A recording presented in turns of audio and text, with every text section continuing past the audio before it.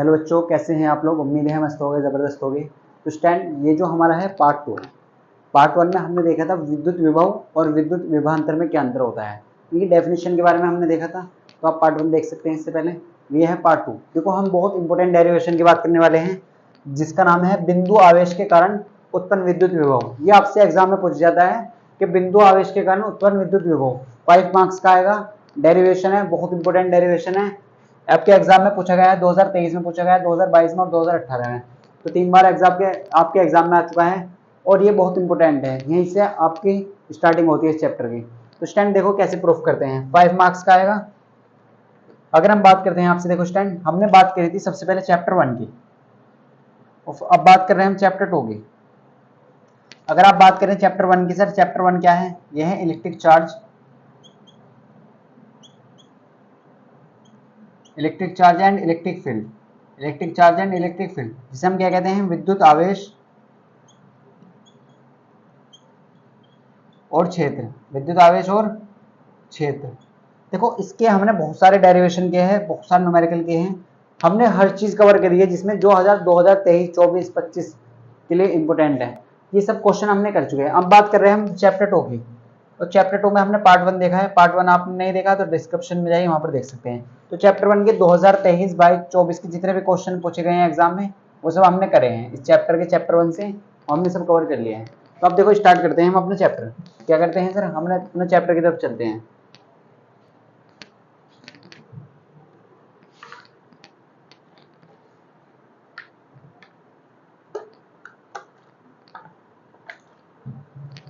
देखो अगर हम बात करें इस चैप्टर की, तो सबसे इंपॉर्टेंट डेरिवेशन है इसके लिए।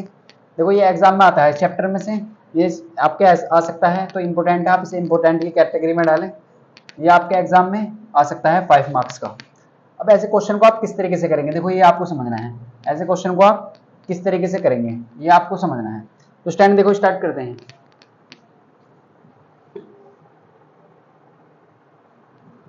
तो सबसे पहले आप क्या करेंगे? सबसे पहले आपको एक डायग्राम बनाना है। क्या करना है? एक डायग्राम बनाना है। देखो इस तरीके से आप बहुत ध्यान से समझे डायग्राम को, यहीं से स्टार्टिंग होती है इस चीज की। देखो डायग्राम समझिए आप बहुत ध्यान से। अगर आपको डायग्राम क्लियर हो जाता है तो फिर आपके लिए डेरिवेशन बहुत आसान हो जाएगा। फिर ये डेरिवेशन आपके लिए बहुत आसान हो जाएगा। देखो यहाँ पर मान लीजिए प्लस क्यों आवेश है बिंदुओं पर होते सर। यहाँ पर क्या है? प्लस क्यों आवेश है बिंदुओं पर। और यहाँ पर कोई देखो इस तरीके से ये कोई पॉइंट है और यहाँ पर क्या है? इन्फिनिटिव, अनंत। इस तरीके यहाँ पर क्या है सर? इन्फिनिटिव यानी कि अनंत पे अनंत। इस तरीके से आपने पढ़ा था ना विद्युत विभव। तो विद्युत विभव की डेफिनेशन क्या थी? अनंत से किसी आवेश को विद्युत क्षेत्र के भीतर लाने में क्या कार्य, वही तो कहलाता है विद्युत विभव। बिल्कुल सर। अब देखो आपने किस तरीके से बनाया। अब मान लीजिए ये जो पॉइंट है ये है बी। ये पॉइंट क्या है सर? ये जो पॉइंट है ये क्या है सर? बी।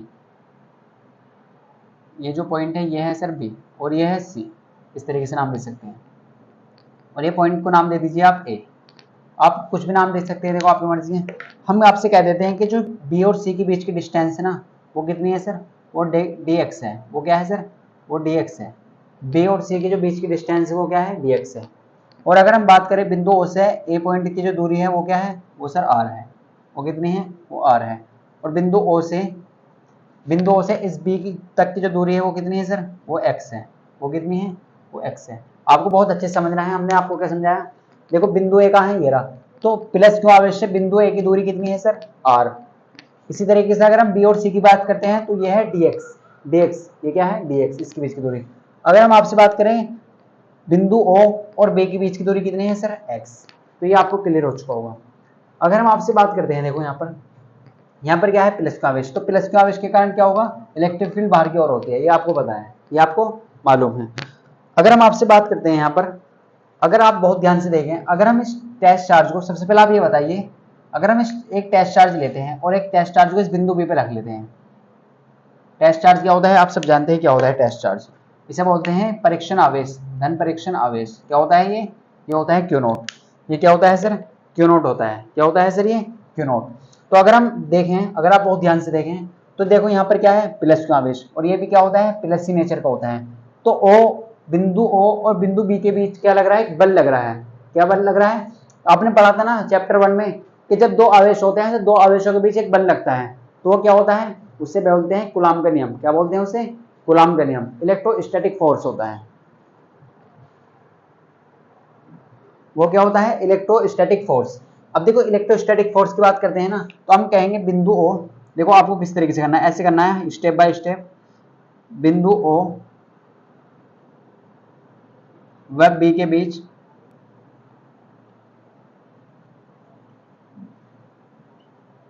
लगने वाला बल। अब इनके बीच में कितना बल लग रहा है सर, ये हमें किसने बताया, ये हमें बताया कूलाम भाई साहब ने। तो देखो जब दो आवेश होते हैं तो आपने एक फॉर्मूला पढ़ा था, दो आवेशों के बीच लगने वाला बल, ये क्या होता है सर, ये आपने पढ़ा था F बराबर होता है 1/4 पाई epsilon not Q1 Q2 upon R square, ये आपने फर्स्ट चैप्टर में पढ़ा था, यही तो पढ़ा था आपने, बिल्कुल सर। अब देखो आप किस किस के बीच में बल लगा रहे हैं, बिंदु O और बिंदु B के बीच में बल लगा रहे हैं, बिल्कुल सर। तो ये बल कितना हो जाएगा सर, ये हो जाएगा F बराबर 1/4 पाई एप्सिलॉन नॉट, तो सर ऐसे रहेगा, बिल्कुल सर। ये Q1 का मतलब क्या है, पहला आवेश, तो Q1 की जगह क्या है यहाँ पर Q, Q2 क्या है, सेकंड आवेश, तो सेकंड आवेश क्या है यहाँ पर Q not upon R square. अब आप डिस्टेंस देखिए, डिस्टेंस क्या है, तो हमने आपको ये बहुत अच्छे से समझाया था कि Q1 Q2 के बीच की दूरी लेनी है, ये जो R है ये दोनों आवेशों के बीच की दूरी है। तो दोनों आवेशों के बीच की दूरी क्या है सर, देखो ये आवेश यहाँ पर इस पॉइंट पर, और ये आवेश ये दूसरा पॉइंट ये है, तो दोनों आवेश कहाँ है, यहाँ पर है, और इनके बीच की दूरी देखें ध्यान से x है, यहाँ से यहाँ तक की दूरी क्या है x। तो यहाँ पर आप क्या लिखेंगे सर, यहाँ पर आप लिख देंगे x का स्क्वायर। तो आपको ये क्लियर हो चुका होगा कितना बल लग रहा है, 1/4 पाई epsilon not Q not upon x square, बिल्कुल सर। अगर हम बात करें आपसे, देखो आपने क्या करा था, एक डेफिनेशन पढ़ी थी, आपने क्या पढ़ी थी, एक डेफिनेशन पढ़ी थी कि विद्युत विभव और विद्युत विभवांतर की। तो अगर हम आपसे बात करें, अगर हम इस Q नॉट आवेश को, अगर हम इस Q नॉट आवेश को कहाँ लाएं, बिंदु B से C तक लाएं, तो बिंदु B से C तक लाएं इस Q नॉट आवेश को, तो आप सबको मालूम है अगर हम इसे Q नॉट आवेश को बिंदु B से C तक लाते हैं तो हमें क्या करना पड़ेगा, वर्क करना पड़ेगा, हमें कार्य करना पड़ेगा। अब ये कार्य कितना होगा ये हम देखते हैं। तो देखो हमें इस Q नॉट आवेश को कहाँ लाना है, बिंदु B से C तक लाना है। हम क्या कर रहे हैं, इस Q नॉट आवेश को कहां से ला रहे हैं, B से C तक लाने में क्या क्या कार्य है, तो हम देखते हैं वो कितना होता है। देखो तो हम ऐसे कहेंगे, आपको ऐसे लिखना है, आपको Q नॉट आवेश को, देखो आपको स्टेप बाय स्टेप हर एक लाइन लिखनी है, तभी आपको पूरे 5 मार्क्स मिलेंगे। Q नॉट आवेश को बिंदु B से, Q नॉट आवेश को बिंदु B से C तक, बिंदु B से C तक लाने में क्या गया कार्य है, क्या गया कार्य है। देखो आप बहुत ध्यान से देखें यहाँ पर, बिंदु B, देखो Q नॉट आवेश को आप कहां से कहां तक ला रहे हैं, C तक, बिंदु B से C तक लाने में, अभी ऐसे तो है नहीं खुद यहाँ पे आ जाएगा चल के, आपको कुछ वर्क तो करना पड़ेगा ना। तो बिल्कुल सर हमें क्या करना पड़ेगा, कुछ वर्क करना पड़ेगा, और ये जो वर्क करना पड़ेगा ये देखते हैं। देखो हमें क्या है, थोड़ा सा विस्थापन है यहाँ पर, आपने एक फॉर्मूला पढ़ा था ना क्लास 11 और 9 में पढ़ा है आपने, कि जो कार्य होता है वो होता है बल गुणा विस्थापन। वो क्या होता है, बल गुणा विस्थापन, बल गुणा विस्थापन, और cos थीटा भी होता है, एंगल होता है। तो एंगल भी आप इस तरीके से याद रख लीजिए, ये क्या होता है, आप ऐसे लिख लीजिए FS cos थीटा। हम आपको बिल्कुल डीपली तरीके से समझाते हैं FS cos थीटा। अभी ये cos थीटा है वो किसके बीच का एंगल है, वो किसका एंगल है, F और S के बीच का, बल और विस्थापन के बीच का कोण। अब देखो अगर हम आपसे बात करें प्लस का आवेश है, ये प्लस का आवेश है, तो बल किधर की तरफ लगेगा, आउटवर्ड, बाहर की तरफ, इधर की तरफ, और विस्थापन हम इधर की तरफ आ रहे हैं, तो विस्थापन क्या है, विस्थापन इधर की तरफ कर रहे हैं, यानी कि बल के अपोजिट में कार्य कर रहे हैं, आप ऐसे कह सकते हैं। तो यहाँ पर जो एंगल होगा ना वो होगा 180 डिग्री। अगर cos 180 का मान देखें आप तो -1 होता है, cos 180 का मान कितना होता है, -1 होता है। तो आप क्या करेंगे, देखो तो आपको ये Q नॉट आवेश को कहां तक ला रहे हैं, बिंदु B से C तक लाने में, तो छोटा सा कार्य करना पड़ रहा है, थोड़ा सा कार्य करना पड़ रहा। तो जब भी आप छोटा सा वर्क करते हैं तो इसके लिए आप क्या करते हैं, DW लगा देंगे। अगर टोटल कार्य करेंगे तो डब्ल्यू हो जाएगा, और छोटे से कार्य के लिए DW लगाएंगे। अब कार्य होता क्या है सर, ये होता है बल गुणा विस्थापन। ये क्या होता है, बल गुणा विस्थापन। तो बल तो हुआ F, यहाँ पर कितना बल लग रहा है F, इससे आवेश को लाने में हमें कितना बल लग रहा है F, और विस्थापन क्या है, देखो B और C के बीच की दूरी क्या है, dx, तो विस्थापन क्या है dx। लेकिन ये आप क्या लेंगे, माइनस का लेंगे। अब माइनस का क्यों लेंगे सर, ये हमें क्लियर कराइए। देखो माइनस के इसलिए लेंगे क्योंकि बल तो इधर की डायरेक्शन में लग रहा है और विस्थापन इधर की डायरेक्शन में हो रहा, तो एंगल कितना है 180, तो cos 180 का मान होता है -1। तो ये आपको क्लियर करना है। अब देखो अगर हम f का मान ला चुके हैं, हम क्या ला चुके हैं सर, f का मान ला चुके हैं, वो कितना है 1/, वह f का मान कितना है सर 1/, बल इतना लग रहा है 1/4 पाई epsilon not Q not upon x square, और यहाँ पर क्या है सर, और dx, और ये जो माइनस है ना ये आपने यहाँ लगा लिया, बिल्कुल सर। तो आपको क्लियर हो चुका होगा। देखो हमने क्या करा, हम स्टेप बाय स्टेप समझाते हैं आपको। सबसे पहले हमने देखा बिंदु O और बिंदु के बीच कितना बल लग रहा है, तो ये किसने बताया हमें, दो आवेशों के बीच लगने वाला बल क्या होता है, इलेक्ट्रोस्टैटिक फोर्स, विद्युत स्थैतिक बल। और ये किसने बताया, कूलाम ने। कितना लगता है, इतना लगता है, F बराबर 1/4πε0 Q1 Q2/r²। अब देखो यहाँ पर अगर हम बल की बात करें बिंदु और बिंदु B के बीच में, तो F बराबर 1/4πε0। पहला आवेश क्या है सर, Q, दूसरा आवेश Q0, और R क्या है, डिस्टेंस। अब यहाँ पर डिस्टेंस क्या है, x, तो x²।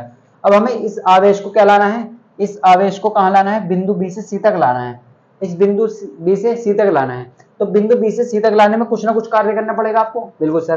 तो कितना कार्य करना पड़ रहा है, dw, वो किसके बराबर होता है, बल गुणा विस्थापन, और माइनस इसलिए लगाया क्योंकि एंगल कितना है, 180। अब dw f की वैल्यू रख देंगे माइनस के 1/4πε क्योंकि नॉट अपॉन x²। ये जो माइनस था हमने यहाँ पे लगा लिया। अब हमें किसकी वैल्यू मिल चुकी है, हमें एक कार्य मिल चुका है, लेकिन हमें जो ये आवेश लाना है ना, ये इन्फिनिटी से a बिंदु तक लाना है। कहां तक लाना है, अगर हम इस आवेश को अनंत से a तक लाते हैं तो हमें कितना कार्य करना पड़ेगा, हमें कितना कार्य करना पड़ेगा, ये हमें देखने वाले हैं हम। तो आप बहुत ध्यान से देखें, देखो इसे रफ कर देते हैं यहाँ से। हमें क्या करना है सर, हमें इस Q0 आवेश को कहां से कहां तक लाना है, बिंदु A तक लाना है, और बिंदु A की दूरी कितनी है सर, r। यहाँ पर अगर आप इसके कोऑर्डिनेट लिखना चाहें, देखो आपने कोऑर्डिनेट ज्योमेट्री में देखा है, ये क्या है सर, x एक्सिस। तो x एक्सिस पे जो y का मान होता है वो 0 होता है, तो कोऑर्डिनेट क्या होंगे, r,0 होंगे, बिल्कुल सर, r,0 होंगे इस तरीके से। अब बहुत ध्यान से आप देखेंगे यहाँ पर, आप बहुत ध्यान से देखेंगे यहाँ पर। तो यहाँ पर हमें क्या मिल चुका है, देखो हमने क्या निकाल लिया, बल निकाल लिया, कार्य निकाल लिया। अब हमें जो चाहिए ना, अब ये मान लीजिए आपका जो आवेश है वो इन्फिनिटी पर रखा है, क्योंकि हमें क्या निकालना है, विद्युत विभव। और विद्युत विभव की डेफिनेशन ये होती है, इन्फिनिटी से जो चार्ज लाने में जो कार्य करना पड़ता है उसे बोलते हैं विद्युत विभव। तो हम क्या करेंगे, अब देखो हमें क्या रखना है, Q0 आवेश को अनंत से बिंदु A तक लाने में क्या क्या कार्य है। देखो Q0 आवेश को ऐसे लिखना है आपको। अब इस Q0 आवेश को आपने इन्फिनिटी पर रख दिया और बिंदु A तक लाना है, तो इसमें कितना कार्य करना पड़ेगा, Q0 आवेश को अनंत से A तक लाने में क्या गया कार्य, A तक, बिंदु A तक लाने में क्या गया कार्य है। देखो आप ध्यान से देखें, Q0 आवेश को अनंत से, अब Q0 आवेश को आप कहां से कहां तक ला रहे हैं, आप ऐसे मान लीजिए Q0 आवेश को आपको कहां से तक लाना है, बिंदु A तक लाना है, बिंदु A तक। तो कुछ ना कुछ वर्क करना पड़ेगा, बिल्कुल सर। अब ये वर्क कहां से कितना होगा, देखो अब हम इसके लिए यूज करेंगे लिमिट। आपने मैथ में पढ़ा होगा लिमिट, तो लिमिट यूज करते हैं।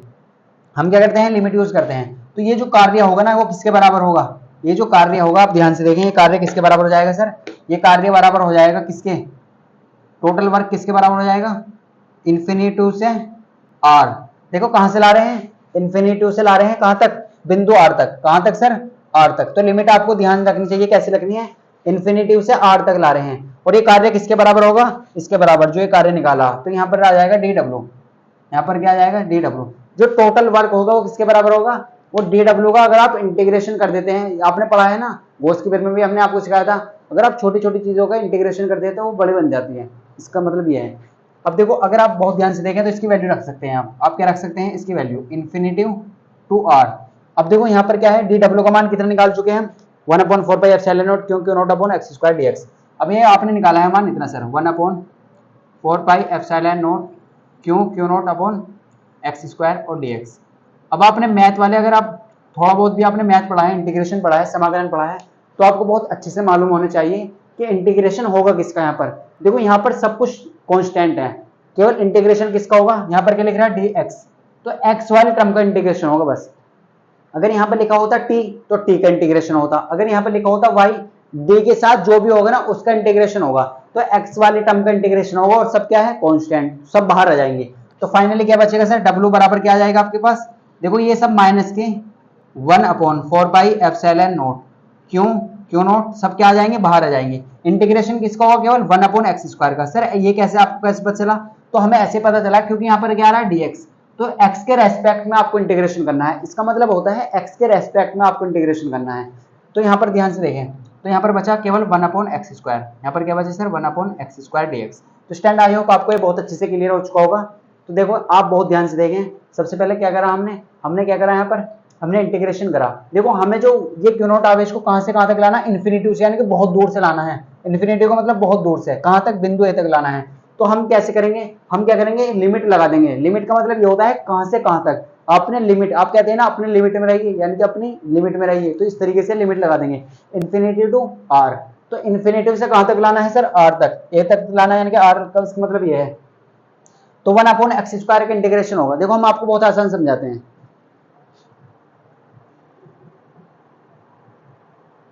तो अगर आप बहुत ध्यान से देखें ना, तो ये क्या है, W बराबर 1/4πε0 क्योंकि नोट बाहर आ गया। अब देखो इंटीग्रेशन किसका होगा, 1/x² का होगा। अब आपने इंटीग्रेशन का एक फॉर्मूला पढ़ा होगा सर, ऐसे x की पावर n का जब इंटीग्रेशन करते हैं सर, तो आपने पढ़ाया था सर कि जब पावर का इंटीग्रेशन करेंगे ना x की पावर n का, तो पावर में एक जोड़ देंगे और ऊपर जो लिख रहा है वो नीचे लिख देंगे, जो पावर में है वो कर देंगे। अब देखो ये क्या है सर, 1/x² आ रहा, तो हम इसे ऐसे लिख सकते हैं क्या, हम क्या लिख देंगे इसे, देखो x² को आप क्या ले जाएंगे, पावर को ऊपर ले जाएंगे, तो पावर का क्या हो जाएगी सर, माइनस की हो जाएगी। और जब पावर माइनस की हो जाएगी तो पावर में एक ऐड कर देंगे और ऊपर क्या लिख देंगे, वही लिख देंगे जो सेम है। तो देखो जब इसे सोल्व करेंगे आप कितना आएगा, इसे सोल्व करके कितना आएगा, x की पावर -1 और नीचे कितना आएगा सर -1, x की पावर -1 और यहाँ पर क्या आएगा -1। देखो आप बहुत ध्यान से देखा, हमने आपको बेसिक से समझाया। यहाँ पर ये फॉर्मूला होता है x की पावर n का। जब भी आपको इंटीग्रेशन करना हो x की पावर n का, तो x की पावर n+1/n+1, n में एक जोड़ दीजिए और नीचे वही लिख दीजिए। तो आप क्या करेंगे, देखो पावर को ऊपर ले जाएंगे पहले, तो माइनस की हो जाएगी, तो माइनस की हो जाएगी, तो इसमें क्या करेंगे आप, एक ऐड कर देंगे और नीचे क्या लिख देंगे, वही सेम ऊपर जो लिख रहा है पावर में। तो देखो यहाँ पर जब आप -2 में से +1 ऐड करेंगे तो -1 बचेगा और यहाँ भी -1 बचेगा। तो फाइनली हमारे क्या पास क्या बचा, ये ध्यान से देखें आप, फाइनली हमारे पास बचा क्या, देखो आप बहुत ध्यान समझे, यहाँ पर थोड़ा मैथ का यूज हो रहा है, तो आप ध्यान से देखें। तो हमारे पास हम ऐसे कह सकते हैं सर, हमारे पास जो वैल्यू आई वो किसकी आई, -1/4πε0 तो सेम ही है, बिल्कुल सर, क्यों नोट भी सेम है, बिल्कुल सर। जब हम इसका इंटीग्रेशन कर रहे हैं ना 1/x², तो हमें क्या मिल रहा है सर, x की पावर -1 और यहाँ पर -1। और जब आप इंटीग्रेशन कर दिया है ना आपने, अब आप लिमिट इधर लगाएंगे, अब आप क्या लगाएंगे, लिमिट इधर की तरफ लगाएंगे। देखो बहुत ध्यान से देखें, 1/x² का इंटीग्रेशन क्या होता है, डायरेक्ट याद रखना है, माइनस के 1/x होता है। देखो इसका मतलब है, देखो आप इसे क्या लिख सकते हैं, इस माइनस को बाहर ले लेंगे और 1 यानी कि x की पावर -1 को नीचे लाएंगे तो 1/x आ जाएगा, क्या आ जाएगा, 1/x। तो देखो आप इसे क्या लिख सकते हैं, 1/x भी लिख सकते हैं, क्या लिख सकते हैं, 1/x, क्या हो सकता है, माइनस के 1/x होता है। अब अगर हम बहुत ध्यान से आपको समझाएं, तो डायरेक्ट आपको ये याद रखना है, देखो क्या याद रखना है, डायरेक्ट ये याद रखना है आपको। कैसे याद करना है, देखो हम आपको बताएंगे, हम आपको यहाँ पर बताते हैं, इस चीज को हम आपको यहाँ पर बताते हैं। देखो थोड़ा जगह की कमी है, स्पेस हमारे पास कम है, तो हम यहाँ पर बताते हैं आपको। देखो यहाँ पर हुआ 1/x² का यूज, तो आप डायरेक्ट याद रखिए, जैसे 1/x² का जो इंटीग्रेशन होता है ना, वो होता है -1/x, वो क्या होता है, -1/x। अगर लिमिट है तो लिमिट रख देंगे, ना है तो ना है रख देंगे, ठीक है, इस तरीके से। तो 1/x² का इंटीग्रेशन क्या होता है सर, -1/x होता है, क्या होता है, -1/x होते सर। अब देखो आपने क्या करा, 1/x² का इंटीग्रेशन कर दिया, क्या आया, -1/x आया, बहुत बढ़िया भाई। अब देखो माइनस बाहर ले जाओगे तो माइनस माइनस हो जाएगा प्लस, माइनस माइनस क्या हो जाएगा सर, प्लस। ये तो हमने बचपन में सीखा है सर, माइनस माइनस क्या हो जाएगा, प्लस हो जाएगा। लेकिन यहाँ पर 1/x ही बचेगा अभी, इन्फिनिटी टू आर। अब सर इनका लिमिट का क्या करना, तो लिमिट का मतलब होता है जो ऊपर वाली लिमिट होती है इसे बोलते हैं अपर लिमिट, और जो नीचे वाली लिमिट होती है इसे बोलते हैं लोअर लिमिट। तो पहले आप क्या करेंगे, x की जगह अपर लिमिट रखेंगे, फिर आप x की जगह क्या रखेंगे, इन्फिनिटी रखेंगे, यानी कि लोअर लिमिट रखेंगे। तो कैसे रखते हैं, देखो ध्यान से। तो W बराबर 1/4πε0, देखो क्यों नोट ऐसी है, बिल्कुल सर। अब पहले आप x की जगह क्या रखिए, आप क्या रखेंगे, पहले x की जगह r रखेंगे, x की जगह अपर लिमिट रखेंगे, फिर बीच में लगाएंगे माइनस, फिर x की जगह क्या रखेंगे, इन्फिनिटी रखेंगे, बिल्कुल सर। अब लिमिट आपने पुट कर दिया। देखो लिमिट रखने का तरीका क्या होता है, पहले आप अपर लिमिट रखेंगे, फिर माइनस लगाएंगे, फिर लोअर लिमिट रखेंगे, तो 1/r माइनस के 1/∞। और आपने पढ़ा है बचपन से, आप पढ़ते आ रहे हैं, जो 1/∞ होता है ना बेटा, वो होता है 0 के बराबर। वो किसके बराबर होता है, वो होता है 0 के बराबर। यानी कि इन्फिनेटिव से आप किसी भी नंबर को डिवाइड करेंगे ना तो 0 आएगा, कितना आएगा, 0 आएगा। तो फाइनली आपके पास क्या बचा, W बराबर 1/4πε0, क्या बचा, क्यों नोट। और यहाँ पर जब आप 1/∞ को मतलब क्या है, 0, 1/∞ को मतलब क्या है, 0, और 1/r में से 0 घटाएंगे तो 1/r ही आएगा, कितना आएगा, 1/r ही आएगा। क्योंकि हमने सीखा है कि 0 को किसी चीज में से भी घटा दे वही चीज बचेगी। जैसे 1000 में 0 गए तो 1000, 2000 में से गए 2000, 100 में 0 गए तो 100। तो इस तरीके से 1/r में 0 गया, 1/r, बस क्लियर है। तो फाइनली आप क्या लिख सकते हैं, फाइनली आप इस तरीके से लिख सकते हैं। देखो बहुत ध्यान से तानना है आपको, कैसे तानना, देखो आपको ध्यान रखना है। अब आपके पास क्या आ चुका है सर, फाइनली आपके पास आ चुका है W बराबर 4 पाई एप्सिलॉन नॉट। देखो 1 अपॉन आर में 0 गए तो 1 अपॉन आर बचा, और क्यू क्यू नॉट आप ऊपर लिख लीजिए और नीचे रह जाएगा आर। अब सर ये आ चुका है डब्ल्यू का मान, लेकिन हमें क्वेश्चन में निकालना क्या है, थोड़ा फ्लैशबैक में जाते हैं। बिंदु आवेश के कारण उत्पन्न विद्युत विभव, तो विद्युत विभव को तो सर V से दिखाते हैं, लेकिन ये तो मान डब्ल्यू का आया है।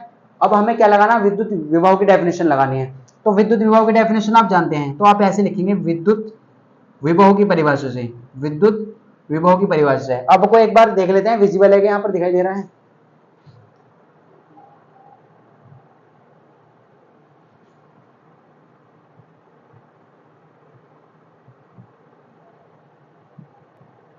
देखो आप थोड़ा सा एडजस्टमेंट कर लिए। विद्युत विभव की परिभाषा आपको क्या लिखना है, विद्युत विभव की परिभाषा से ऐसे लिखना है। तो विद्युत विभव की परिभाषा हमने पढ़ी थी सर, V बराबर होता है W अपॉन क्यू नॉट।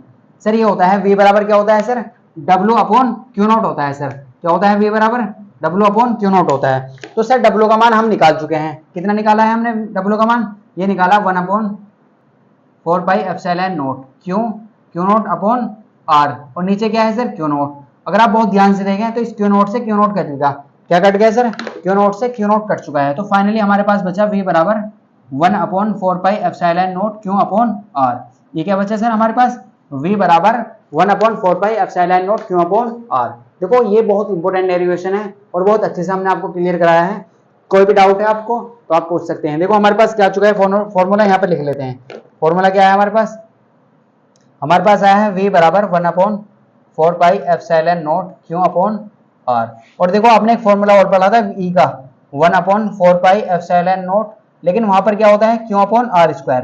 देखो दोनों में डिफरेंस क्या है, यहाँ पर क्या है 1 upon 4 pi epsilon naught Q upon R, लेकिन यहाँ पर क्या है E में 1 upon 4 pi epsilon naught Q upon R square. तो विद्युत विभव में आर है केवल, और E में क्या है आर स्क्वायर है, बस ये डिफरेंस इन दोनों में। तो स्टैंड आई होप आपको ये क्लियर हो चुका होगा। तो स्टैंड वीडियो को पॉज करके पहले इसे आप नोट करें।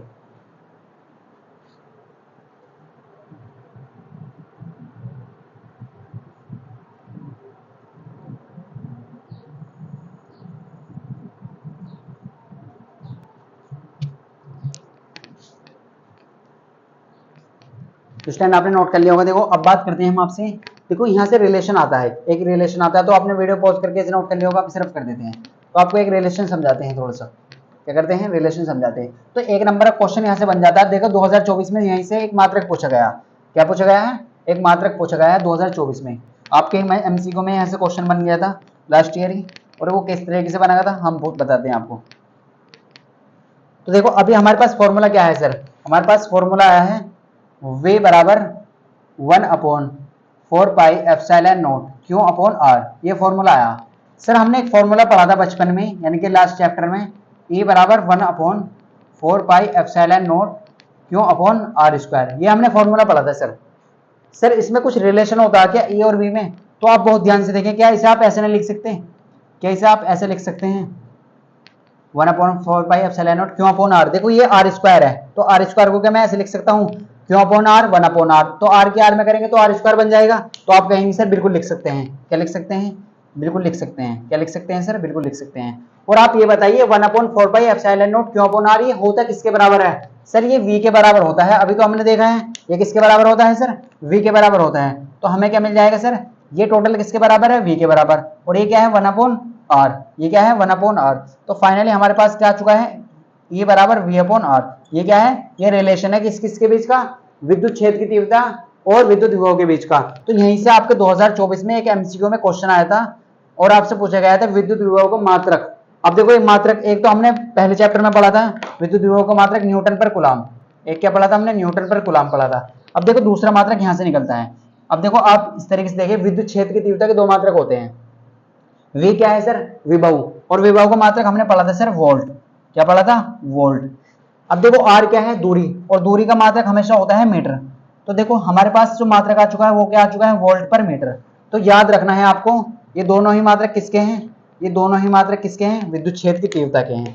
और ये क्वेश्चन आपसे पूछा गया है 2024 में ही, ये दोनों ही मात्रक किसके हैं, ऐसा पूछा गया था। ऐसी कौन सी भौतिक राशि है जिनके दोनों मात्रक है? आप अपने मॉडल पेपर में देखिए, तो ये आपके 2024 में आपको क्वेश्चन मिल जाएगा और आपको पूछा गया। तो न्यूटन पर कूलाम किसका मात्रक है सर, विद्युत क्षेत्र की तीव्रता का। वोल्ट पर मीटर भी किसका मात्रक है सर, विद्युत क्षेत्र की तीव्रता का। तो इस तरीके से आपको याद रखना है। तो स्टैंड आप चैप्टर 1 नहीं पढ़ा है आपने, तो चैप्टर 1 बहुत अच्छे से हमने आपको करा दिया है। सभी डेरिवेशन करा दिए हैं, गोस की पिरमे का अनुप्रयोग वगैरह सब कुछ करा दिया है, न्यूमेरिकल करा दिए हैं, तो आप देख सकते हैं। तो स्टूडेंट अगर आपको क्लास अच्छी लगी है तो क्लास को लाइक जरूर करें, और अगर आप हमारे चैनल पर नहीं हुए हैं तो चैनल को सब्सक्राइब कर लें अभी तक नहीं करा है, और अपने फ्रेंड को शेयर करें। तो नेक्स्ट क्लास में हम बात करेंगे अक्षय स्थिति में विद्युत द्योतरों के कारण विद्युत विभव, फिर बात करेंगे निरक्षय स्थिति में। तो आप बने रहिए हमारे साथ, आपका कंप्लीट रिवीजन करा देंगे और एग्जाम में क्या क्वेश्चन आ रहे हैं वो आपको बताएंगे। तो स्टूडेंट मिलते हैं आपको नेक्स्ट क्लास में।